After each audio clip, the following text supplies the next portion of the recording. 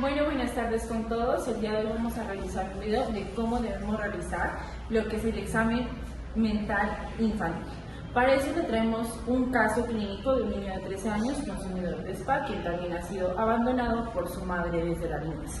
El grupo está conformado por el compañero Esteban Ceballos, con el compañero Andrés Chávez, Santiago Cabrera y mi persona, Dana Collazos.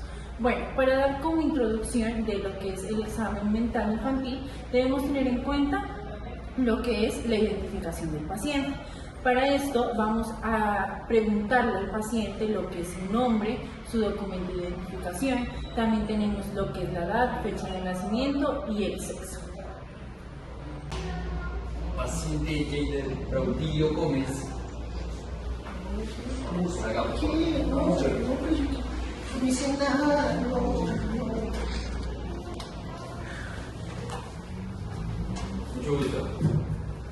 Mucho gusto, doctor.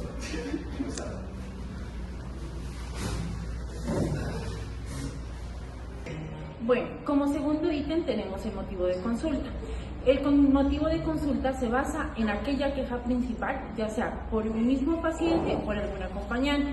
Como manejamos pacientes infantiles, lo más recomendable o lo más usual que nosotros podemos encontrar es que la queja provenga de algún familiar, como por ejemplo los papás, algún tío o hasta los hermanos. Ok. Listo, cuéntame, ¿cuál es el motivo por el que ustedes quisieron venir acá a la consulta? La verdad yo no sé por qué me trajeron acá, yo no sé. Doctor, lo que sucedió fue que yo encontré a mi hijo con sustancias ilícitas. Una vez me habían contado familiares de él que lo habían visto y después de eso yo fui y le revisé su cuarto, sus pertenencias y encontré drogas, doctor, es por eso que vengo.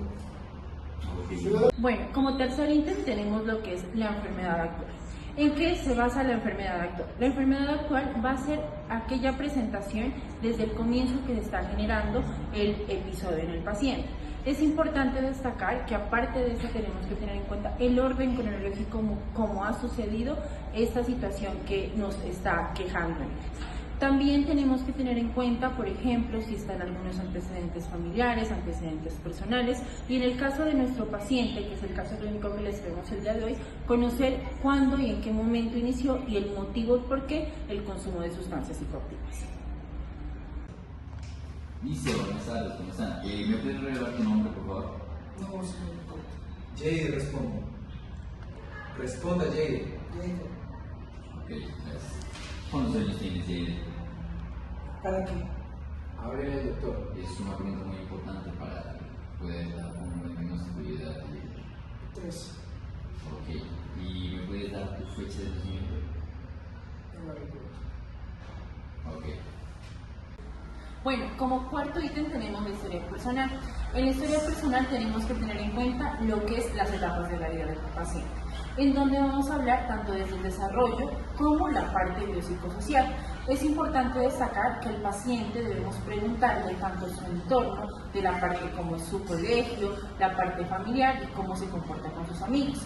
Aparte de esto, de lo que es la interpretación a nivel de lo que es el parto, también posteriormente el logro caminar, gatear, porque estos son ítems importantes para un buen desarrollo de estos niños. Listo, ¿usted me podría comentar cómo fue la relación de Jader con la mamá cuando era un bebé, cuando estaba comenzando a gatear? ¿Cómo era? Doctor, eso sí es una situación bastante complicada porque la madre de Jader, cuando estaba en embarazo, ella consumía sustancias psicoactivas y posterior al nacimiento de Jader, la verdad es que ella nos abandonó. Y a partir de ese momento, pues yo me hice cargo de Jader y he hecho lo que he podido, doctor. No creo que me hayan... ¿Usted sabe de pronto cómo llevó la mamá el parto de Jader? O sea, si no podía, no sé, se cuidó. Era algo complicado, como le digo, doctor, porque ella, a pesar de que estaba embarazada de Jader, seguía consumiendo sustancias y la verdad no tenía una vida muy adecuada, también consumía alcohol. lo mejor siempre llegue. Como quinto ítem tenemos la descripción del paciente. En lo que es la descripción del paciente tenemos que tener en cuenta lo que es el aspecto personal de él. Aparte de esto, identificar lo que es la edad del paciente, la contextura física y cómo se comporta en la entrevista. Es importante destacar que en el comportamiento de la entrevista que tengamos con el paciente debemos abordar tanto el tono de voz, las características de la voz, identificar la postura y cómo se comporta exactamente durante la entrevista. Bueno, con respecto pues, a la descripción del paciente, vemos que es un paciente que tiene un aspecto personal un poco desalineado, un poco desarreglado. El paciente pues, con respecto a su edad aparente sí tiene una edad más o menos en lo que respecta pues, a la edad que nos refirió. Tenía una actitud al principio que la noté como un poco hostil hacia el examinador, hacia mí, pero después fue agarrando un poco de confianza y ya estuvo mejor, que se fue dando un poco más de datos, estuvo cooperando un poco mejor, pues al inicio estuvo un poco hostil. Y pues en actitudes, como estoy pensando, pues al principio estaba un poco hostil, pero después las cosas fueron mejorando, así que pienso que fue una cuestión de que vaya tomando confianza con el equipo médico. Con respecto pues, a la postura de la entrevista, pues al inicio no se colocó los pies acá, pero creo que era pues una cuestión de que se fuera dando cuenta, ¿no? Que ya se fuera pues, un poco, que no se notara tan inseguro, que una barrera frente a eso. Entonces vamos a ir cuadrando todo esto. Bueno, como sexto ítem tenemos la parte psicomotora. Aquí nos va a permitir identificar cómo nosotros nos sentimos y cómo lo podemos expresar a través del cuerpo. Un ejemplo básico es la parte de la depresión, en donde los pacientes podemos identificarlos como bradicinesia o bradilalia. Y en el caso del paciente maníaco podríamos identificar como taquicinesia o taquilaria. Con respecto a la parte psicomotora del paciente, siento que a través del cuerpo expresaba muchas cosas, expresaba como melancolía, depresión, la forma en la que se sentaba, se recostaba su pupila, la forma también en la que hablaba.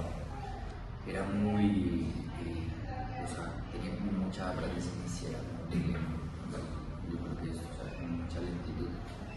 Y pues también se notaban como otras cosas, como miedo, angustia también en el paciente, como diferentes cosas. Llevaba como una irritabilidad y también una ira, tal vez ahorita como al abandono de su madre y al hecho de que su padre pues, tal vez consiguió otra familia y se sentía un poco abandonado.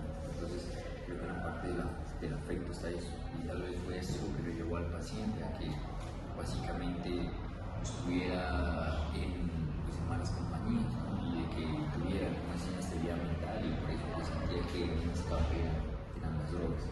Y al mismo tiempo, pues con esto podemos analizar de que su inteligencia pues, y su juicio de realidad de cierta forma se miraban afectados, porque pues como el paciente una cosa lo llevó a otra, después no estaba asistiendo a clases, ya no tenía ánimos por realizar las actividades, comenzó a afectarse su atención, comenzó a afectarse su memoria, su inteligencia, y también por eso porque no me supo responder a las 3 palabras que yo le había dicho, ni tampoco antes que la apliqué.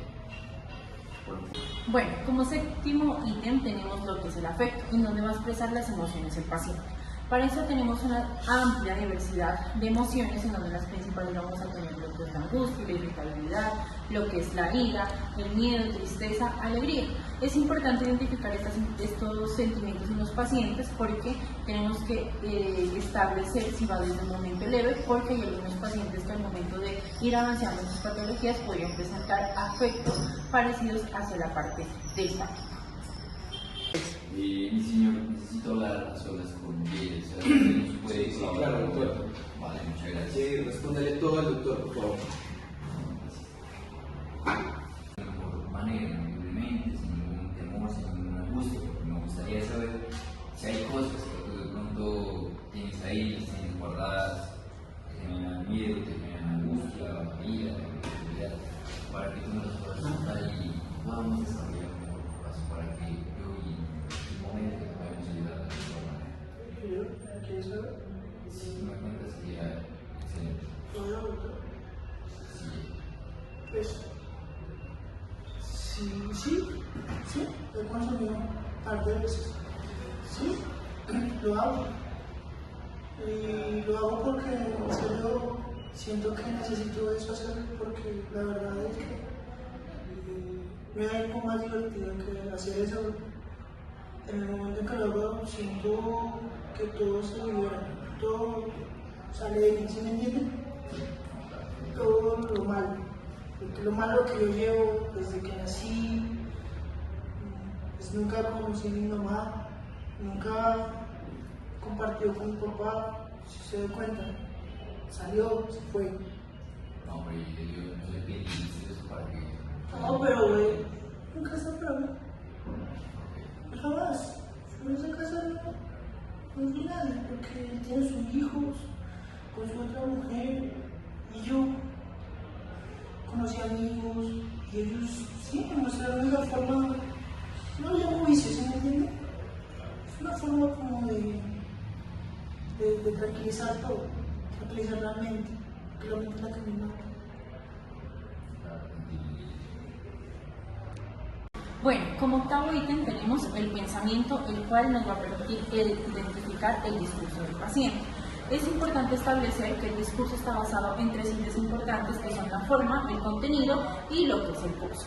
¿Qué nos explica la forma? La forma nos va a decir que si el pensamiento es lógico, ilógico y importante que en los niños vamos a tener un pensamiento concreto y ya en el caso de los adultos tendremos un pensamiento lógico.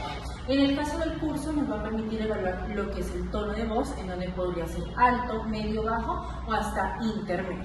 Y por último, el contenido nos va a permitir establecer aquellas ideas, cómo se comportan, es decir, si son coherentes, ideas psicóticas.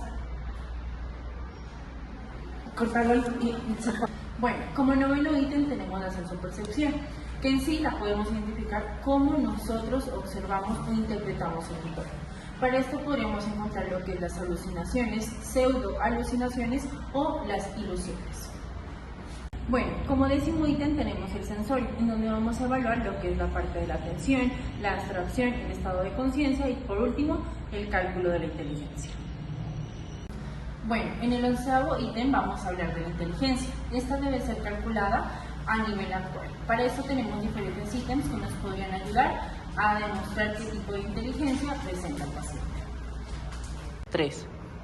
Dice, te voy a dar 3 palabras, quiero que nos identifiques, ¿ok? Van a ser carro, perro, moto, ¿ok? Vale, ya lo he quisiera preguntar, o sea, ¿cómo ha estado como tu nivel de atención, cómo te ha ido en el colegio, cómo sientes Que voy, pero no entro. ¿Para qué? La verdad es que, ¿qué hago? Mejor me quedo con mis amigos, mejor voy a marchar con ellos.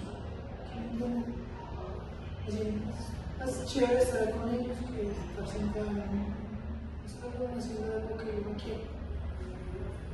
Sí, pero así no va a pasar este mes y lo que contaste sobre eso, ¿ok? Bueno, como doceavo ítem tenemos lo que es el pulso de la realidad.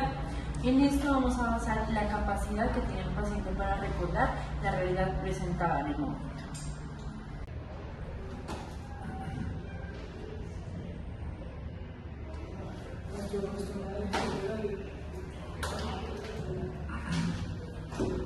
¿Tú recuerdas decir las 3 palabras que yo te dije al inicio, hace un rato?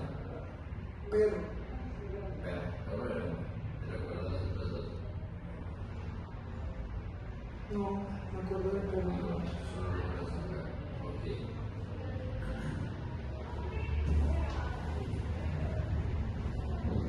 Como decimotercer ítem tenemos la evaluación de las emociones. Para esto se nos recomienda el uso de algunas alternativas como por ejemplo juegos con los niños, algún deseo que ellos se logren identificar y algunas otras herramientas que nos permitan establecer qué emoción nos puede generar en el paciente. Y si en este momento te voy a enviar un par de exámenes, nos van a ayudar como a ver mejor qué es lo que te pasa, a mejorar tu diagnóstico. diagnóstico para que así podamos orientar un mejor tratamiento, esto para poder ayudarte de la mejor manera y para que tú puedas en este momento superar todo ese tipo de cosas, ¿ok? Hasta este momento pues ya hemos terminado la consulta y me gustaría que generemos otra consulta. Listo, ahorita vamos a revisar como tú puedes para que continuemos un proceso, ¿ok? Rodrigo, ahí estamos con un cuchillo. Ok, vamos a acordar entonces sí. Y quiero decirte que el hecho de que estés aquí es el primer paso y te felicito por eso, ¿ok? Gracias. Listo, bien. Como ítem número 14 vamos a hablar de los exámenes complementarios. Para esto podríamos identificar algunos exámenes que nos pueden ayudar a determinar otro tipo de patologías. Para esto podría ser lo que es una prueba de embarazo, un hemograma, las transaminasas, función renal y hasta algunas pruebas psicopatológicas. Bueno, para finalizar lo que es el examen mental, este se va a basar en 3 ítems. Para eso tenemos el análisis que va a ser recolectado de toda la historia clínica que anteriormente hemos realizado. Por último estará lo que es el diagnóstico y finalmente el tratamiento que le vamos a dar a este paciente. En conclusión, pienso que el diagnóstico de este paciente tiene que ser un trastorno depresivo pues, asociado al abandono y también tenemos que analizar y ver cómo podemos solucionar el consumo de drogas que tiene este paciente, a ver cómo podemos ayudarlo y orientarlo de la mejor manera.